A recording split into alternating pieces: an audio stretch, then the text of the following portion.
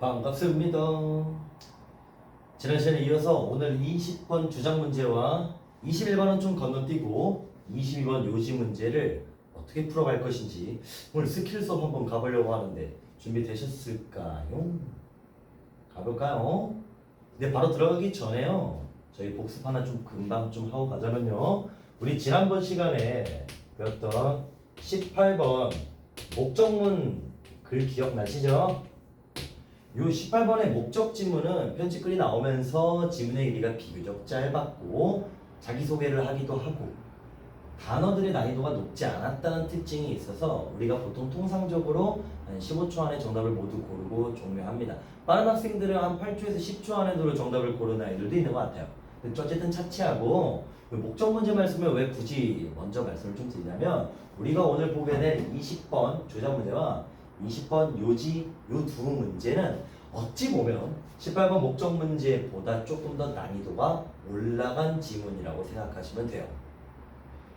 조금 더 난이도가 올라갔다는 의미는 좀 여러 가지 의미가 있기는 한데요. 지문의 길이가 좀 더 길어졌다는 것이고 단어의 수준이 높아졌다는 점, 그리고 독해를 우리가 지금 하는 데 있어서 가장 중요한 능력은 지문에서 이야기하고자 하는 바, 즉 소재와 지문의 중심 내용 주제문을 내가 도출할 수 있어야 되는 것인데 아무래도 길이가 좀 더 길어지기도 했고 지문에서 단어들이 난이도가 좀 올라갔다 보니까 내가 일단 해석을 하고 있기는 한데 내가 지금 이 지문의 소재가 이렇게 생각하는 게 맞나?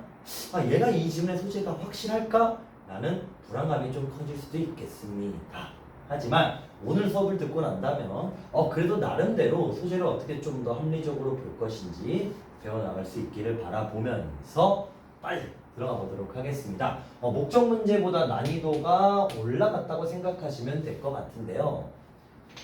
일단은 우리가 18번 목적 문제 얘기는 이제 더 이상 하지 말고 20번 주장과 22번 요지 문제에 대해서 바로 말씀을 드릴게요. 우리가 오늘 보게 되는 20번 그리고 주장 문제와 22번 요지 문제는 문제의 발문이 조금은 다르게 적혀 있죠. 여긴 주장, 여긴 요지라고 적혀 있어서 이 두 개 문제 유형은 전혀 다른 문제 유형이라고 생각하실 수 있겠는데 그렇지 않습니다. 완벽하게 같은 문제 유형입니다. 어떤 공통점이 있냐면 이 글을 쓴 사람이 있을 텐데 이 사람이 오늘 진짜 얘기하고 싶은 중심 내용이 무엇이냐라고 물어보고 있는 문제가 되겠죠. 따라서 주장 문제, 요지 문제의 공통점은 뭐냐면 결국에는 지문의 주제와 중심 내용을 내가 파악해야 된다는 얘기예요. 그래서 우리 다음 시간에 배우겠지만 23번 주제 문제와 24번 제목 문제의 약간 리허설 버전이라고 생각하시면 되는 것 같아요. 그러면 지금까지 말씀드렸던 것 좀 집중해서 잘 들으신 분이라면 요 정도 퍼즐이 맞춰질 것 같거든요. 그러니까 결국에 대의 찾기 문제 유형이 18번 목적 문제부터 출발하는데 난이도가 가장 낮고 그 다음에 20번, 22번 주장 요지 문제에서 난이도가 좀 올라가고 그 다음에 다음 시간에 배우게 될 23 주제와 24번 제목 문제에서 결국 난이도가 최고점과 방점을 찍게 된다는 시스템입니다. 제가 수학 전공자도 아니어서 함부로 말할 수는 없겠지만 수학 영역의 모의고사 수능 시스템도 문제 배열이 되게 비슷하죠. 아무래도 초반 문제들은 난이도를 조금 쉽게 내주다가 뒤로 가면 갈수록 난이도가 좀 높아지는 경향이 있다.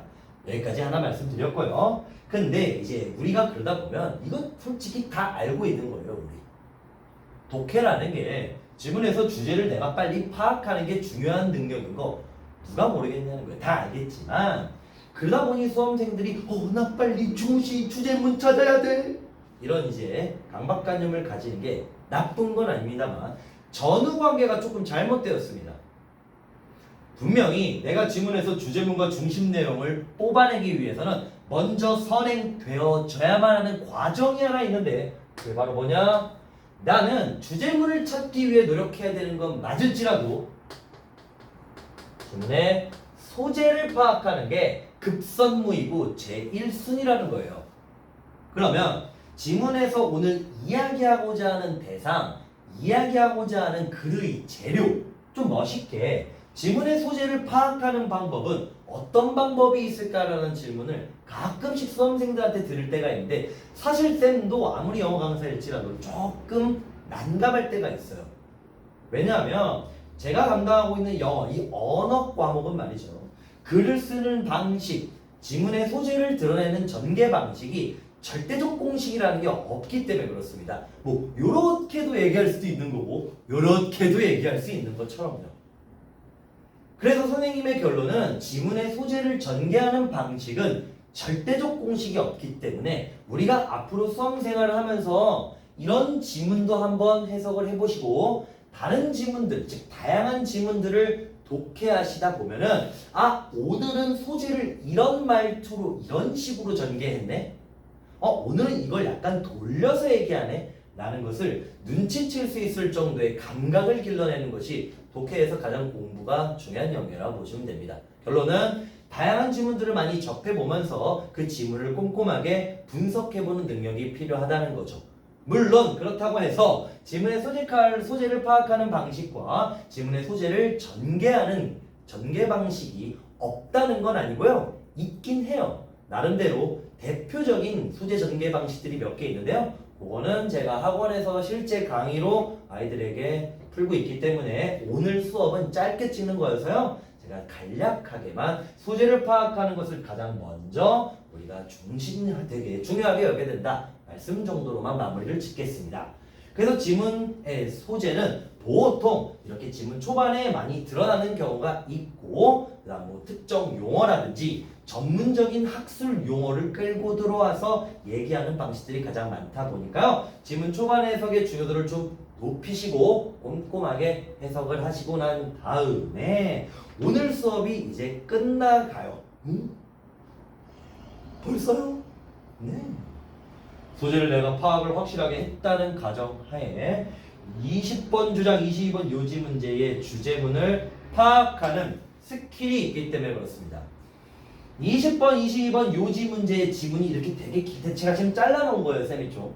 지문이 되게 길 텐데 그 지문을 빠르게 아이체킹을 하면서 훑고 내려가다 보면 지문 내에, 지문 안에 뭐가 적용된 문장이 가끔씩 있냐면 문법이 적용이 되는데 문법들 중에서도 어조와 말투가 강한 문법들이 일부 있다라는 겁니다. 강한 문법이 적용된 문장을 우리가 빠르게 아이체킹을 해가면서 찾아내시고 그 해당 문장을 우리가 빠른 직독직해를 했을 때에 그 문장의 우리말 직독직해가 오지선다에 있는 보기를 빠르게 체크하고 정답으로 골라내시면 요지주장 문제는 금방 해결할 수 있는 문제입니다. 다음 시간에 배우게 될 주제 제목 문제 같은 경우에는 이렇게 주장요지 문제를 풀었던 것처럼 지문 초반에 뭐 어느 정도 적당히 소재를 잡고 지문에서 중요하고 강한 어조가 적용된 문장만을 골라서 해석하는 스킬이 잘 통하지 않고요. 포괄적으로 글을 빠르게 전반적인 맥락을 보는 게 중요한 능력이 되기 때문에 그 전에 요 22번까지는 우리가 일부 문장에 꽂혀서 빠르게 그 문장을 해석하시는 게 가장 중요할 것 같습니다. 뭐 그리고 제가 하나 좀 기분이다! 강한 문법이라는 게 그럼 대표적으로 그럼 뭐가 있느냐라는 걸 텐데요. 제가 지금부터 적을 내용들 적고선 에이 뭐야 너무 우리 무시하는 거 아니야? 너무 쉬운 것만 절대 그렇지 않습니다. 지문에 가끔씩 퀘스천 마크가 들어가서 의문문이 걸려있는 문장과 지문들이 있죠. 뿐만 아니라 명령문 같이 해서 동사원형을 문두에 쓰고 가거나 적지는 않을 텐데 청유문, 권유문이라고 해갖고 let's 동사원형에서 뭐 실질적으로 문장 맨 앞에 동사원형을 쓰고 시작하는 명령문과 거의 비슷한 말투. 이렇게 의문문, 명령문, 청유문 요 세 개의 문장의 공통점은 뭐냐면 주어가 생략되어 있거나 이런 같은 경우는 주어가 뒤로 빠져있는 도치가 된 문법이기 때문에 주어가 빠져있거나 주어가 뒤로 밀려있다는 말 자체가 영어에서 강조가 된 문법이기 때문에 그렇습니다. 솔직히 누가 고3 기준에서 우리가 고1, 고2 기준에서 요 의문문, 명령문 만드는 공식 누가 몰라요? 근데 의외로 많은 수험생들이 요런 문장들의 힘과 어조와 톤이 말투가 세다라는 것을 이렇게 간과하시는 분들이 많이 있습니다. 그렇지 않다는 말씀을 드리면서 영어에서 조동사들 중에서 모든 조동사는 아니고요. 강한 어조를 가지고 있거나 조언할 때 쓰는 조동사는 must, should와 need 같은 조동사가 가장 3대장으로 유명한 아이들이죠. 저는 쌤은 개인적으로 쪽에서 뭐 must니 정도라고 귀엽게 부르는데 다른 아이들도 일부 있지만 가장 유명한 아이들은 must, should, need라든지 그 방금 말했던 조동사의 다양한 동의어가 적용된 구문을 빠르게 골라 해석하시면 될 것입니다. 그리고 우리가 보다 보면은 지문에 그래도 연결어, 접속, 부사라고 해가지고 그러나 하지만이라고 뜻으로 해석되는 단어들이 일부 있는데요. 그런 단어들이 적용된 구문이 있다면 그런 문장들은 앞에서 얘기하고 있던 중심 내용이 충분히 뒤집혔을 수 있을 가능성이 있으니까 조금 신경 쓰면 되겠습니다. 까지 얘기했고요. 요거는 이제 조금 내공이 쌓이셔야 될 것 같기는 한데 항상이라고 말씀드리지 않습니다. 되게 의외죠. 가주어, 진주어가 적용된 구문들은 우리가 평상시에 독해를 하다 보면 지문에서 자주 보고 있어요. 그렇다고 해서 모든 가주어, 진주어 문장이 중요한 문장이고 강한 어법과 어조를 가지느냐? 그렇지는 않고요. 가주어, 진주어 사이에 들어가 있고 삽입되어져 있는 형용사가 단어의 뜻이 중요한이라는 뜻을 가진 단어라거나 긍정의 뜻을 가지고 있는 형용사 ing, pp가 여기 사이에 삽입이 들어가 있다면 그 문장은 실질적으로 영어에서 should 문장으로 해석이 되는 강한 어조를 가지고 수고하셨습니다. 오늘 마지막이 되겠네요.